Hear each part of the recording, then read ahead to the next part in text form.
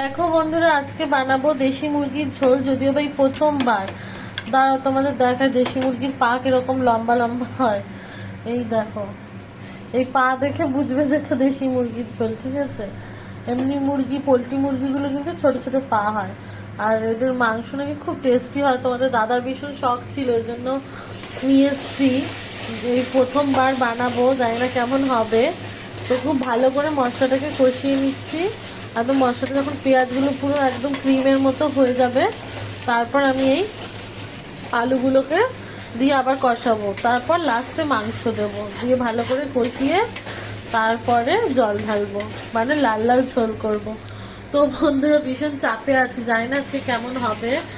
আর তোমাদের দাদার না একটুখানি রান্না এদিক ওদিক হলেই ব্যাস টায়ার হয়ে যায়। যদিও বা এটা সব ছেলেরাই, তবে ও একটু বেশি করে, তো ওই জন্য ভীষণ ভয় লাগছে। যাই হোক, তো দেখা যাক ফাইনাল রেজাল্ট কি আসে।